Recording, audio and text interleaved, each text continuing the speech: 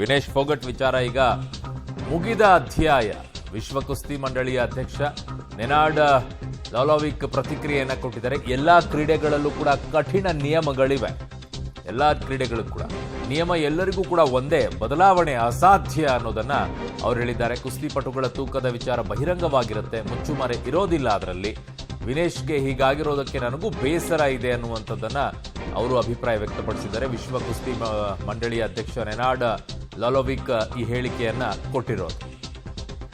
So ಕುಸ್ತಿಪಟುಗಳ ತೂಕದ ವಿಚಾರದಲ್ಲಿ ಮುಚ್ಚುಮರೆ ಇರೋದಿಲ್ಲ ಅಂತ ಹೇಳಿ ನಿಯಮನೇ. ಆ ನಿಯಮಗಳನ್ನು ಯಾರು ಕೂಡ ಬದಲಾವಣೆ ಮಾಡೋಕ್ಕಾಗೋದಿಲ್ಲ. ಒಂದಂತೂ ಸ್ಪಷ್ಟ ಈ ವಿಚಾರದಲ್ಲಿ. ಶಬೀರ, ನಾನು ಧ್ವನಿ ಕೇಳಿಸ್ತಾ ಇದ್ರೆ ನಿಯಮಗಳ ವಿಚಾರದಲ್ಲಿ ಈಗ ಅತಿ ಕಟಿಬದ್ಧವಾಗಿ ನಿಂತ್ಕೊಳ್ಳುತ್ತೆ ಯಾವುದೇ ಕ್ರೀಡಾಪಟುಗಳಾಗಿರ್ಬೋದು. ಡಿಸ್ಟ್ರಿಕ್ಟ್ ಲೆವೆಲಲ್ಲಿಂದ ಹಿಡಿದು ತಾಲೂಕ್ ಲೆವೆಲಿಂದ ಹಿಡ್ಕೊಂಡು district level, state level, national level, international ಲೆವೆಲಿಗೆ ಹೋದಾಗ ಇವೆಲ್ಲವೂ ಕೂಡ ನಿಯಮಗಳಿದಾವೆ, ಅದಕ್ಕೆ ಆದಂಥ ಕಟ್ಟುಪಾಡುಗಳು. ಬಟ್ ಇಲ್ಲಿ ಆ ನಿಯಮಗಳಿಗೆ ತಕ್ಕಂತೆ ಅವ್ರು ಇಲ್ಲ ಅನ್ನೋದಕ್ಕೂ ಮತ್ತೆ ದೇಶದಲ್ಲಿ ಆದಂಥ ಪ್ರತಿಭಟನೆ, ಆ ಸಂದರ್ಭದಲ್ಲಿ ಆದಂಥ ರಾಜಕೀಯ ಬೆಳವಣಿಗೆಗಳನ್ನು ಲಿಂಕ್ ಮಾಡಿಬಿಟ್ಟು ಅದಕ್ಕೂ ಇದಕ್ಕೂ ಏನೋ ಸಂಬಂಧ ಇದೆ ಅನ್ನೋ ರೀತಿಯಲ್ಲಿ ಕಲ್ಪಿಸುವಂತ ಕೆಲಸವನ್ನ ಮಾಡ್ತಾ ಇದ್ದಾರೆ. ಈಗ ಏನ್ ಹೇಳ್ತಾ ಇದ್ರೆ, ಏನ್ ಚರ್ಚೆ ಆಗ್ತಾ ಇದೆ ವಿಚಾರದಲ್ಲಿ? ವಿಶ್ವ ಕುಸ್ತಿ ಫೆಡರೇಷನ್ ಏನಿದೆ ಅಥವಾ ಒಲಿಂಪಿಕ್ಸ್ ಏನಿದೆ ಅದು ಸಾಕಷ್ಟು ನಿಯಮಗಳನ್ನು ಈ ವಿಚಾರದಲ್ಲಿ ಮಾಡ್ಕೊಂಡಿರುವಂಥದ್ದು. ವಿಶೇಷವಾಗಿ ಒಲಿಂಪಿಕ್ಸ್ನಲ್ಲಿ ನಿಯಮಗಳಲ್ಲಿ ಎಲ್ಲೂ ಕೂಡ ಕಾಂಪ್ರಮೈಸ್ ಅನ್ನು ಮಾಡ್ಕೊಳ್ಳಲ್ಲ. ನಾವು ನಿನ್ನೆ ಕೂಡ ಮಾತಾಡ್ತಾ ಇದ್ವಿ, ಒಲಿಂಪಿಕ್ಸ್ ತೆಗೆದುಕೊಳ್ಳುವಂಥ ನಿರ್ಧಾರ ಮರುಪರಿಶೀಲನೆಗೆ ಒಳಪಡುತ್ತಾ, ಈ ನಿರ್ಧಾರ ಬದಲಾವಣೆ ಸಾಧ್ಯ ಇದೆಯಾ ಅನ್ನುವಂತಹ ವಿಚಾರದಲ್ಲಿ ಸಾಕಷ್ಟು ಈ ಹಿಂದೆ ಸ್ಪಷ್ಟವಾಗಿ ಹೇಳಲಾಗಿತ್ತು. ಒಲಿಂಪಿಕ್ಸ್ನಲ್ಲಿ ಒಮ್ಮೆ ತೆಗೆದುಕೊಂಡಂಥ ನಿರ್ಧಾರಗಳು ಯಾವುದೇ ಕಾರಣಕ್ಕೂ ಕೂಡ ಬದಲಾವಣೆ ಆಗೋದಿಲ್ಲ. ಮುಖ್ಯವಾಗಿ ಕೆಲವೊಂದಿಷ್ಟು ಆಕ್ಷೇಪಗಳನ್ನು ಒಲಿಂಪಿಕ್ಸ್ನಲ್ಲಿ ಮಂಡಿಸಲಿಕ್ಕೆ ಅವಕಾಶಗಳಿದ್ದಾವೆ. ಅದು ಯಾವ ವಿಚಾರದಲ್ಲಿ? ಅಂಪೈರ್ಗಳ ವಿಚಾರದಲ್ಲಿ ಅಥವಾ ಫೆರ್ರಿಗಳ ವಿಚಾರದಲ್ಲಿ ನಮಗೆ ನಿರ್ಧಾರಗಳನ್ನು ಕೊಡುವಲ್ಲಿ ಮಲತಾಯಿ ಧೋರಣೆಗಳಾಗ್ತಾ ಇದೆ, ಪಾರ್ಶಾಲಿಟಿ ಆಗ್ತಾ ಇದೆ ಅಂತ ಅನಿಸಿದಂಥ ಸಂದರ್ಭದಲ್ಲಿ ನಾವು ಅವರನ್ನು ಬದಲಾವಣೆ ಮಾಡುವಂಥ ವಿಚಾರದಲ್ಲಿ ಕೆಲವೊಂದಿಷ್ಟು ಆಕ್ಷೇಪಗಳನ್ನು ಅಲ್ಲಿ ವ್ಯಕ್ತಪಡಿಸಲಿಕ್ಕೆ ಅವಕಾಶಗಳಿದೆ.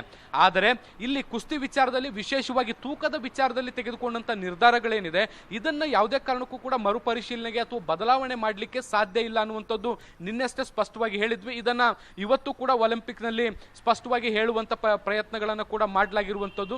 ಎಲ್ಲ ಕ್ರೀಡಾಪಟುಗಳಿಗೂ ಕೂಡ ಒಂದೇ ನಿಯಮ ಇರುತ್ತೆ, ಅದು ಭಾರತ ಆಗಿರ್ಬೋದು ಅಥವಾ ಇನ್ಯಾವುದೇ ದೇಶ ಆಗಿರುವಂಥದ್ದು. ಯಾಕೆಂದ್ರೆ ಪ್ರತಿ ದೇಶದ ಕ್ರೀಡಾಪಟು ಕೂಡ ಆ ದೇಶಕ್ಕೆ ಒಂದು ಚಿನ್ನದ ಪದಕವನ್ನು, ಬೆಳ್ಳಿ ಪದಕವನ್ನು ತೆಗೆದುಕೊಂಡು ಹೋಗಬೇಕು ಅಂತಲೇ ಇಲ್ಲಿಗೆ ಬಂದಿರ್ತಾರೆ. ಸೊ ಎಲ್ಲರಿಗೂ ಕೂಡ ನಿಯಮಗಳು ಒಂದೇ ಆಗಿರುತ್ತೆ. ಭಾರತ ಅನ್ನುವಂಥ ಕಾರಣಕ್ಕೆ ರಿಯಾಯಿತಿಯನ್ನು ಕೊಡಲಿಕ್ಕೆ ಸಾಧ್ಯ ಇಲ್ಲ. ಹಾಗೇನಾದರೂ ರಿಯಾಯಿತಿ ಕೊಟ್ಟರೆ ಬೇರೆ ದೇಶಗಳಿಗೂ ಕೂಡ ಆ ರೀತಿಯಾದಂಥ ವಿನಾಯಿತಿಗಳನ್ನು ಕೊಡಬೇಕಾದಂಥ ಸನ್ನಿವೇಶಗಳು ಬರುತ್ತೆ. ಹೀಗಾಗಿ ಕಠಿಣವಾಗಿ ನಿಯಮಗಳನ್ನು ಪಾಲಿಸುವಂಥ ಕೆಲಸವನ್ನು ಒಲಿಂಪಿಕ್ನಲ್ಲಿ ಮಾಡಲಾಗುತ್ತೆ. ಅದೇ ರೀತಿಯಾದಂಥ ನಿರ್ಧಾರವನ್ನು ಭಾರತದ ವಿಚಾರದಲ್ಲೂ ಕೂಡ ತೆಗೆದುಕೊಂಡಿರುವಂಥದ್ದು. ವಿನೇಶ್ ಫೋಗಟ್ ಅವರ ವಿಚಾರದಲ್ಲೂ ಕೂಡ ತೆಗೆದುಕೊಳ್ಳುವಂಥ ಕೆಲಸವನ್ನು ಕೂಡ ಮಾಡಲಾಗಿದೆ. ಮುಖ್ಯವಾಗಿ ತೂಕದ ವಿಚಾರದಲ್ಲಿ ಬಂದಂಥ ಸಂದರ್ಭದಲ್ಲಿ ಸಮಾನವಾದಂಥ ನ್ಯಾಯವನ್ನು ಕೊಡುವಂಥದ್ದು ಮತ್ತೆ ಸ್ಟ್ರಿಕ್ಟ್ ಆಗಿ ವೇಟ್ ಅನ್ನ ತೂಕ ಹಾಕುವಂಥ ಕೆಲಸವನ್ನು ಕೂಡ ಇಲ್ಲಿ ಮಾಡಲಾಗುತ್ತೆ. ಅದೇ ರೀತಿಯಾದಂಥ ಪ್ರಕ್ರಿಯೆಗಳನ್ನು ಇಲ್ಲಿ ಮಾಡಿಕೊಳ್ಳಲಾಗಿರುವಂಥ ಹಿನ್ನೆಲೆಯಲ್ಲಿ ಈಗ ತೆಗೆದುಕೊಂಡಿರುವಂಥ ನಿರ್ಧಾರ ಬದಲಾವಣೆ ಸಾಧ್ಯ ಇಲ್ಲ ಅನ್ನುವಂಥದ್ದನ್ನು ಕೂಡ ಈಗ ಸ್ಪಷ್ಟಪಡಿಸುವಂಥ ಕೆಲಸವನ್ನು ಮಾಡಲಾಗಿರುವಂಥದ್ದು. ಆದರೆ ನಿವೃತ್ತಿಯ ವಿಚಾರಕ್ಕೆ ಬಂದಂಥ ಸಂದರ್ಭದಲ್ಲಿ ಈ ಕಳೆದ ಕೆಲವು ದಿನಗಳ ಹಿಂದೆ ನಡೆದಂಥ ಎಲ್ಲ ಬೆಳವಣಿಗೆಗಳು ಅವರನ್ನು ಒಂದಿಷ್ಟು ಮಾನಸಿಕವಾಗಿ ಆಘಾತಕ್ಕೆ ಒಳಪಡಿಸಿತ್ತು. ಆದಾಗ್ಯೂ ಕೂಡ ಅವರು ಮತ್ತೆ ಪುಟಿದೇಳುವಂಥ ಪ್ರಯತ್ನವನ್ನ ಮಾಡಿದ್ರು.